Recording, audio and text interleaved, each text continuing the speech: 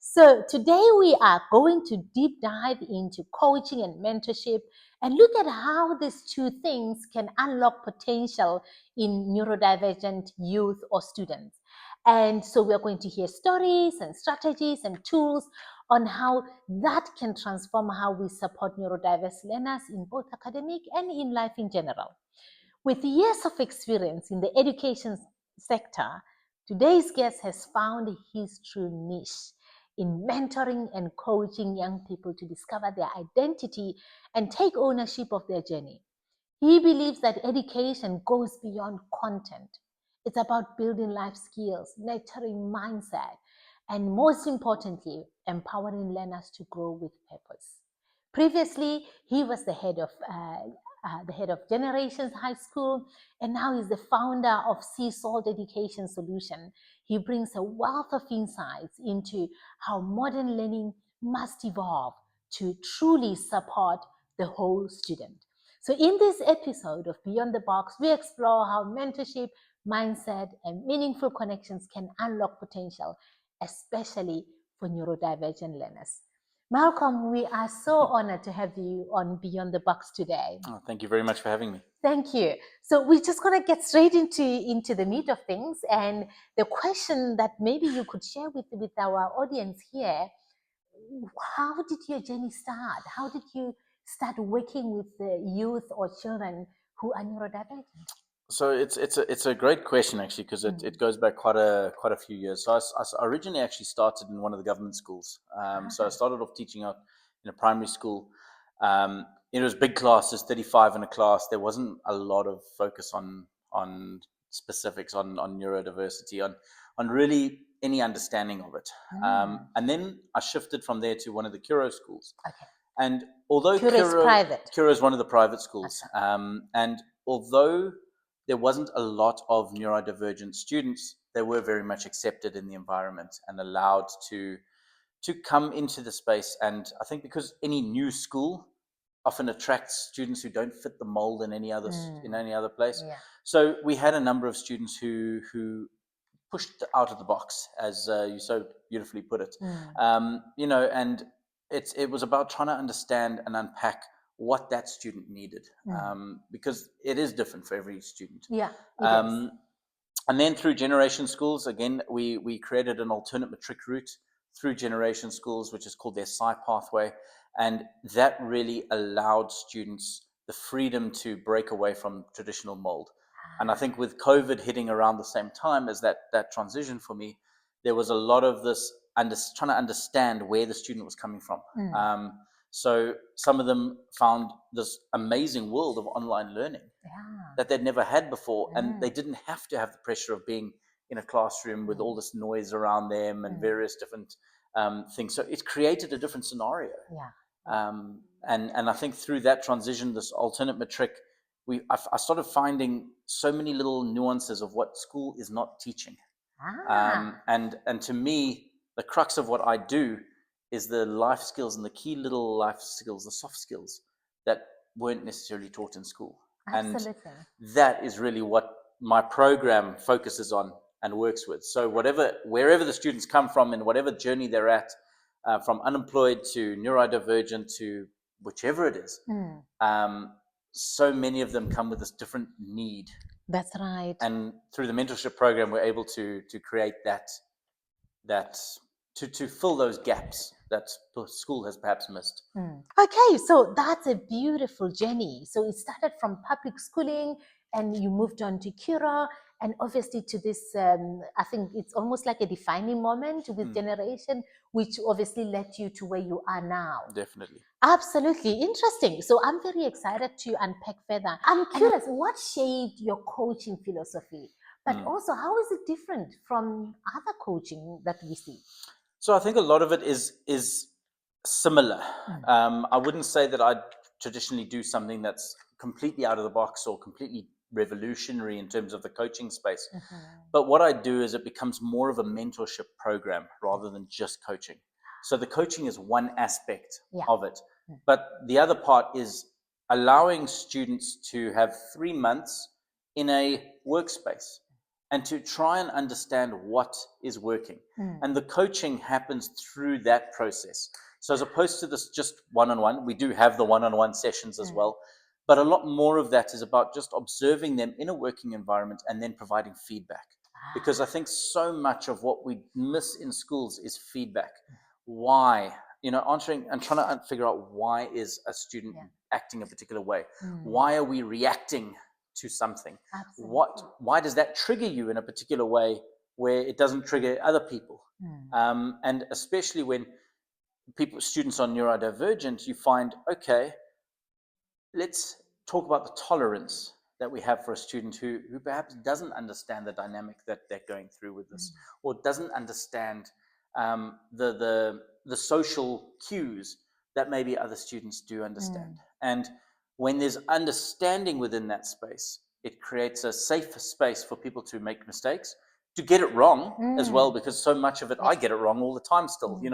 I might say something or do something, and a student actually comes and says, that actually didn't suit me at all, or I didn't get, I might have done a workshop where I just spoke for 20, 30 minutes and the student was like, well, I took nothing of that because it was just talking. And it makes you kind of think, reflect back, give feedback, maybe bring it away in a different way, bring it through in a different sort of setting where it's more practical based, more them tangibly doing something. Yeah, I'm hearing you saying not necessarily reverse mentorship, but there's a feedback loop that happens. Definitely. Which in a schooling environment, that's usually that feedback you get with the red mark, whether it's a 50 out of 100 or so, which is not necessarily a positive feedback that we would want to give to young people. As you had, we understand now what Malcolm's coaching philosophy is and his approach that he uses. I'm curious whether there was a defining moment that completely shifted your perspective on neurodiversity and maybe as it relates to coaching and mentorship. So I've got a couple that sort of stand out. So I have a nephew who is on the spectrum, and understanding his needs has been a big learning curve in terms of just trying to understand what is it that he needs to be able to communicate with him. He's a nonverbal. So is that what brought you into this space? Not at all, actually, but it just happened to coincide with this, and from the process, I think just trying to understand him a lot more made me a lot more empathetic to a lot of other students. Similar at a very similar time at Generation Schools, there was a student who I had actually been involved with years ago at Curo, and he was in grade 4 at the time, and he had not fitted in traditional school at all. And we did this alternate matric, and he came and joined this alternate matric 10 years down the line. And so I'd been part of this child's progress from beginning to end almost, and to have seen how he had made such a success in the space that he needed. And that was a big defining moment to me. And he's an incredible youngster. He's got so much attention to detail, but in traditional school, he wouldn't finish anything because it wasn't perfect. But in a coding space, which is where he eventually went, it was perfect because he would not stop until that problem was solved and until that code was done. So it was the environment you created, essentially, away from a traditional schooling system that helped him to essentially discover his strengths, also because you as a coach and mentor, you saw those strengths. Very much so. Yeah. Okay. Do you want to continue from I think just to add on to there, there's a youngster who's in the program at the moment who, he's a youngster. He's actually 31 now, but he's differently abled, and you see his face light up when he's given purpose. And so often, I think in traditional schooling, traditional education, we want students to be a certain way. We don't follow the student and see what they need. For him it could be a simple task of soaking bottle jars, what's the labels off the jars. And the accomplishment of that and having completed that task, feeling useful is something that was so incredible for me. And, he's intelligent, but he can't display that. And there's so much heart in actually understanding what each of these youngsters need, because they are just humans. And Absolutely. you know, to unpack that little nuance, that is what is so special about Look this. beyond the limitations, Very much so. the traditional limitations that we put on them. And what is it that's needed? Yeah. Because, you know, all this youngster needed was belief that they could do something. And they have transformed their lives. Yeah. And that's what the coaching and mentorship program does. Sure. And you're actually making me think of some of our robotic students that come through these doors with shoulders hunched and face down, looking on the floor, not maintaining or establishing any eye contact, saying very little.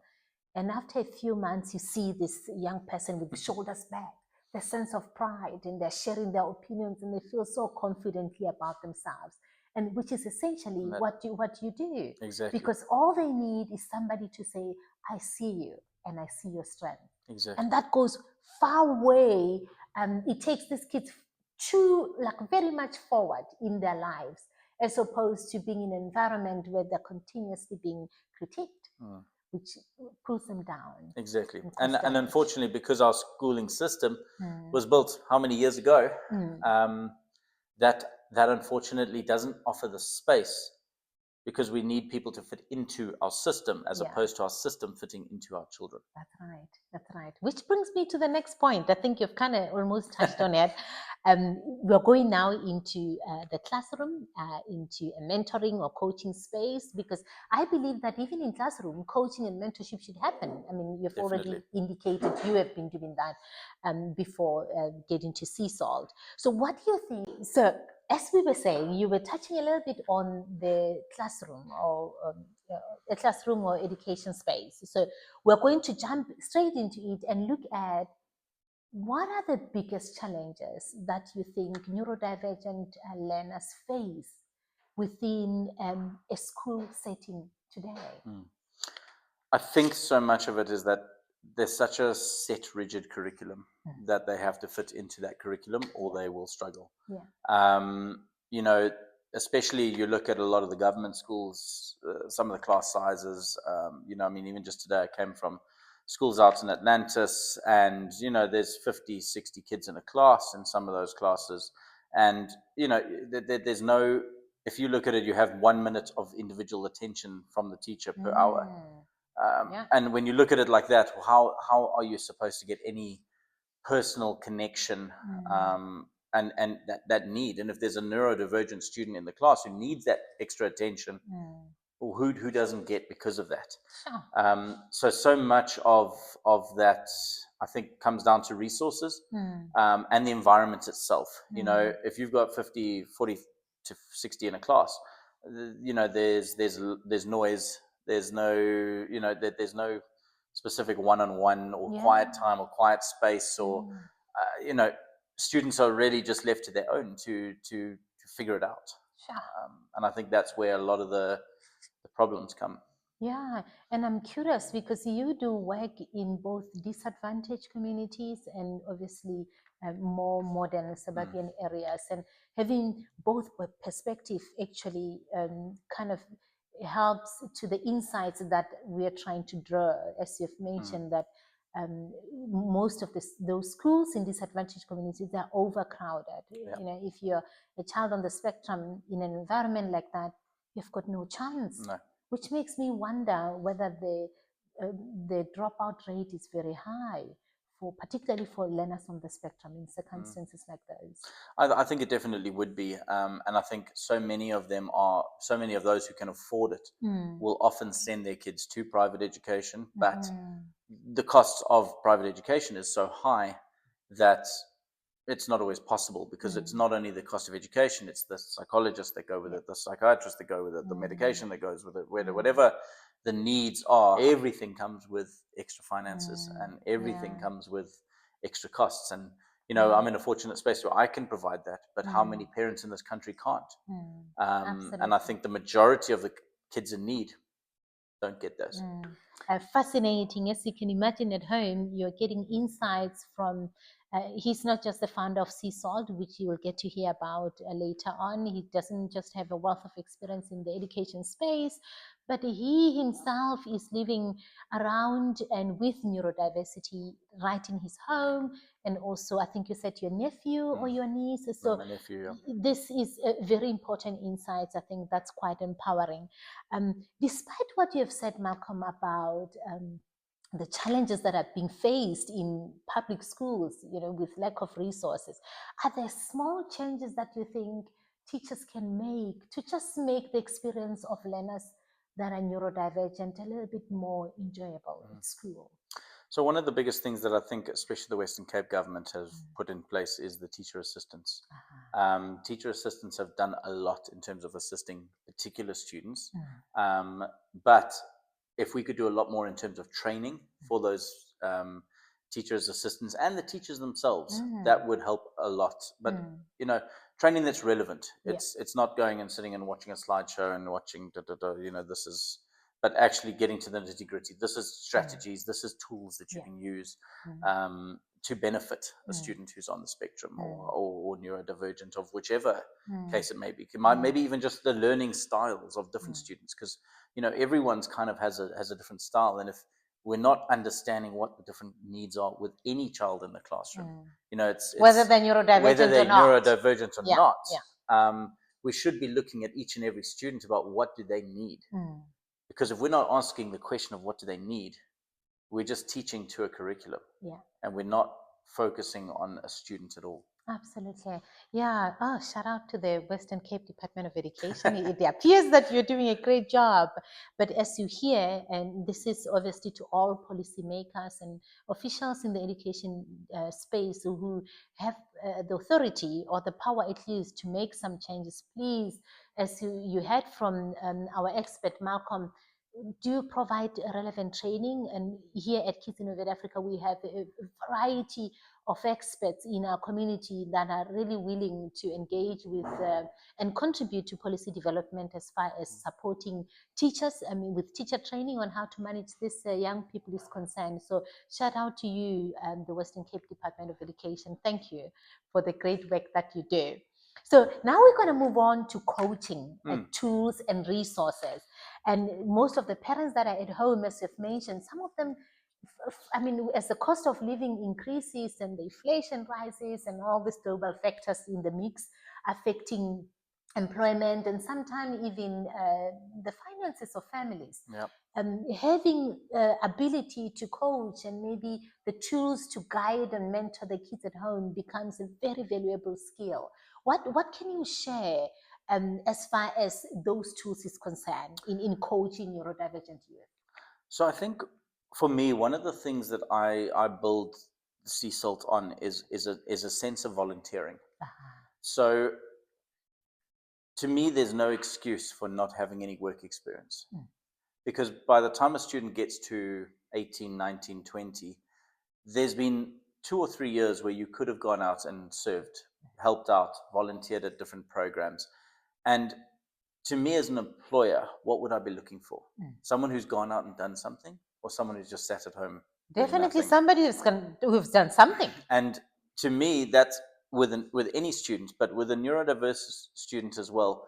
If you have an interest in animals, for example, which a number of them do, go out and spend time with animals. Why? Because you're actually learning, you're building a network, you're connecting, people are understanding.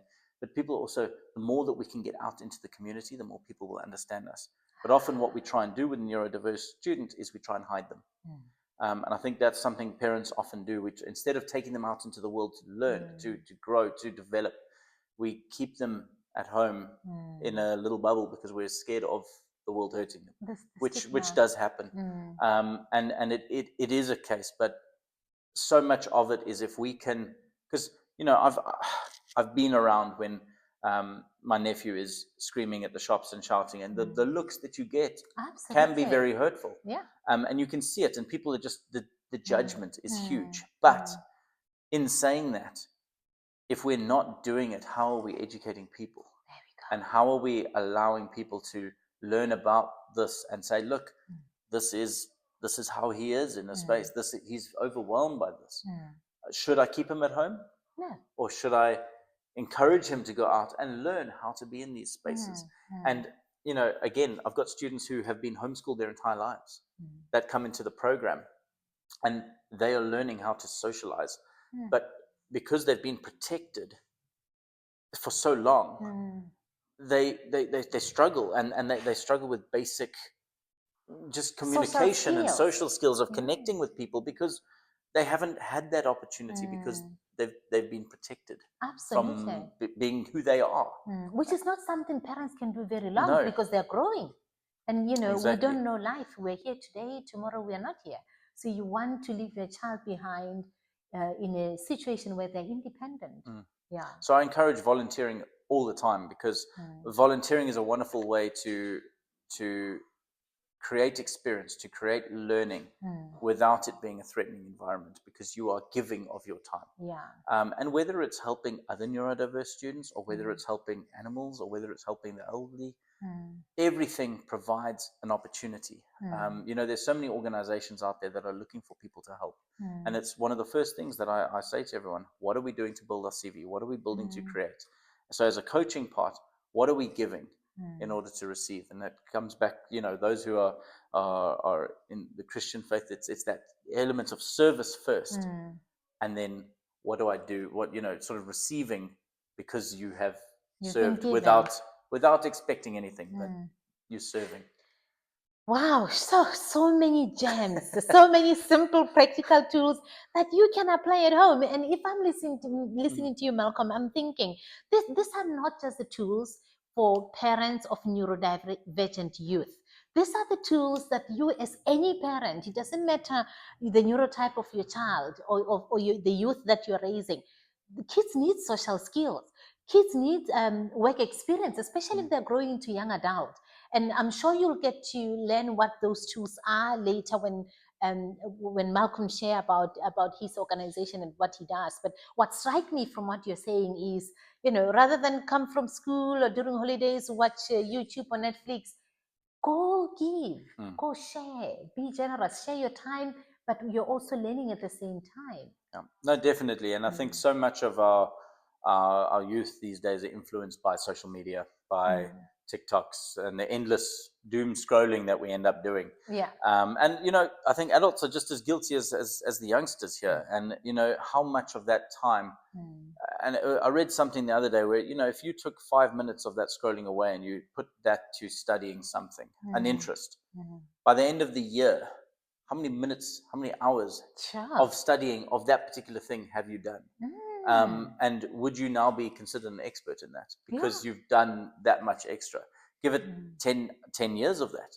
Suddenly you could learn a violin in that time. If you'd spend 5 minutes every day doing it, you get better. You would get better daily, and eventually you would be able to do it.